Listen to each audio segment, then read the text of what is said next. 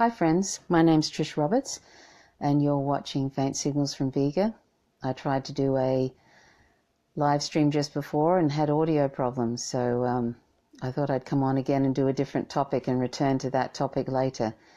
So I was going to talk about, while I was doing some other things, I came across this news that Stephen Colbert goes vegan, and I put vegan in quotes. And we often hear about celebrities going vegan, and it's really about they're adopting a plant-based diet for health reasons. So in many ways, they're really just a plant-based dieter. The word vegan means that we reject using animals as property, as resources. We reject using them for food, clothing, entertainment, and other reasons. And so when somebody, a celebrity, and you see it all the time, advertised by PETA or, the People for Ethical Treatment of Animals, they're always promoting some particular celebrity as having gone vegan. I think Pink, the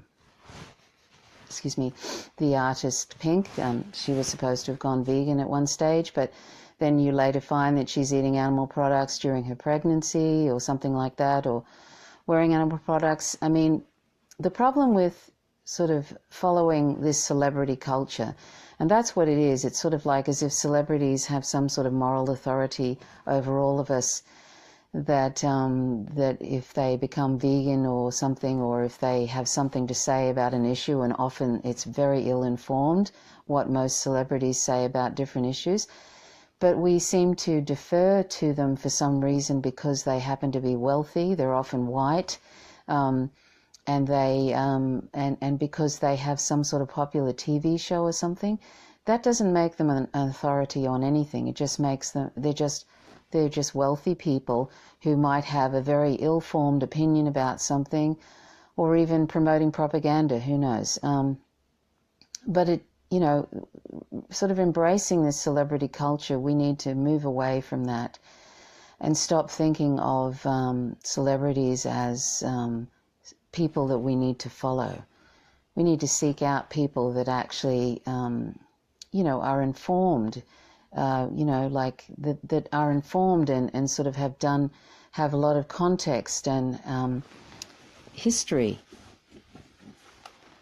have a history behind what they're saying. They're fair-mindedness, and that they have social justice in mind, etc. But we need to reject the whole celebrity culture. And when people, different celebrities, and there have been so many over the years, talk about how they've gone vegan, which is really they've just adopted a plant-based diet, and then you find out that they're eating animal products on the side, or they start eating fish or something like this. It sort of makes a mockery of a social justice issue, which is what veganism is. And Stephen Colbert apparently went on the show the next day after, and I don't know if he announced he was going vegan in quotes, but he started mocking the whole thing. So it's sort of like these shows like the late Stephen Colbert's show, that's actually supported by advertising, which is often animal agriculture is behind most of the advertising. They're advertising animal products, so they're not going to be. They're often, if they're supported by corporate sort of media, they're going to not be wanting to speak out against the advertisers. So most I'd say 99% of the celebrities that say that they're going vegan are just doing it for health reasons, or because maybe their doctor said their cholesterol was too high. As a cardiologist said, there's two kinds of cardiologists: the ones who are vegan, and the other ones who haven't read the data about animal products and how bad they are for us and the amounts we eat them. So, a lot of cardiologists know that animal products are problematic, and, he might have gotten advice about that, or maybe he needs to lose weight. But these are no, weight and health and all of that are ancillary benefits of becoming vegan. Veganism is an ethical position. Just like rejecting racism, being an against racism, you don't sort of say, well, I'm going to reject racism because it's popular for me at the time to do that. I might just stop using racial slurs in company who might find that offensive, and then, I'll go about doing other things or supporting, just participating in racism at other times. I mean, we wouldn't think that was great, and yet when a celebrity says, I'm going to adopt a plant-based diet, and they don't even really give any real reasons, they don't even say it's even for health, or if they say it's for health, well, that the reason to reject using animal products is because they're tremendous products of violence, and it's a tremendous injustice that we're doing to non-human animals. We're breeding them into existence at hundreds of billions, it's 1 trillion land and aquatic animals every year being bred into existence to be used as things so that we can kill them. They're in the fields, they're waiting there in the fields being fattened up so that we can one day kill them. Or if they're not in the fields, they're in those large industrialized situations, being fed grain, etc.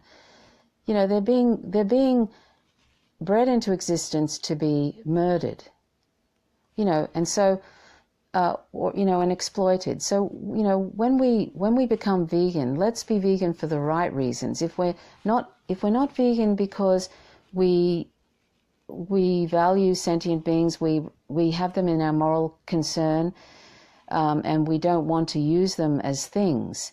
If that's not why we're vegan, then we're really not vegan. We're a plant-based dieter or something else, but we're not vegan. So let's try and get that right, that, try and sort of understand what it is, what veganism is first, and then go from there. But all these celebrities, Stephen Colbert and Pink, and God, there's a list as long as your arm of celebrities who have supposedly gone vegan, and they're not vegan. I mean, even Alec Baldwin, I think, he actually did the narration for that Meet Your Meat or something by Peter. Well, he's not vegan. I mean, how ridiculous. You have somebody narrating Meet Your Meat and talking about how awful animal agriculture is, and they're not vegan. I mean, that he's actually creating the situation that's happening in Meet Your Meat. I don't know, maybe he was vegan for a blink of an eye during that time, but I mean, I often say, once you've internalized the ethical position, there's no going back on that.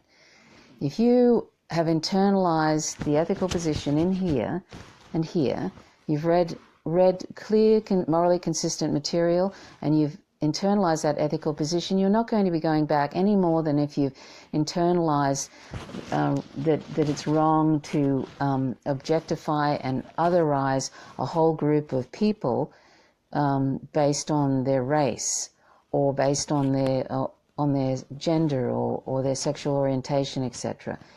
There's no more.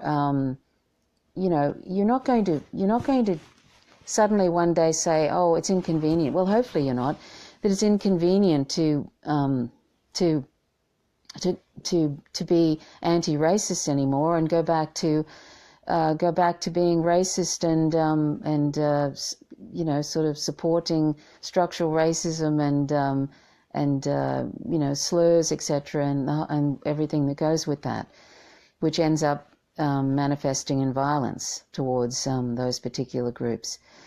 So, if we internalize an ethical position, veganism, which is the rejection of using non-human animals for food, clothing, entertainment, and other reasons, food, dairy, eggs, flesh, etc., then, we're not going to be sort of flaky and just tossing it aside when it becomes inconvenient, or when we lose weight, or if we think that it's not that we don't need to do it anymore for some trivial reason.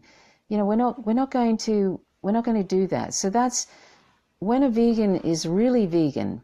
it's really in here, and it wouldn't matter if they were the only person in a group and there was animal products everywhere being served to people, and there was nothing for that person to eat at an event. That person who is vegan is not going to be, oh, I'll just have a little bit of cheese, or I'll just have a little bit of some sausage or something, or or I'll have milk in my tea. They're not a vegan who's vegan for ethical reasons, and that's what veganism is. We're not going to be just ditching it when it becomes a little inconvenient, or when we lose weight, or whatever reason people often say they're going vegan in quotes. And you'll find, I'm sure, that at some point, unless Stephen Colbert has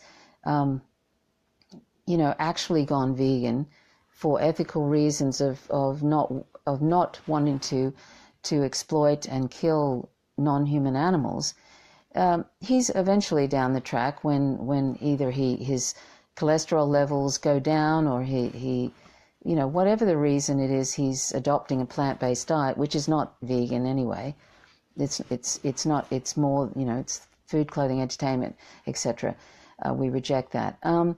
When he's achieved whatever reason he's gone vegan, he's going to abandon that. So, let's just stop sort of all these announcements on in the news of he's gone vegan and he's gone vegan, etc.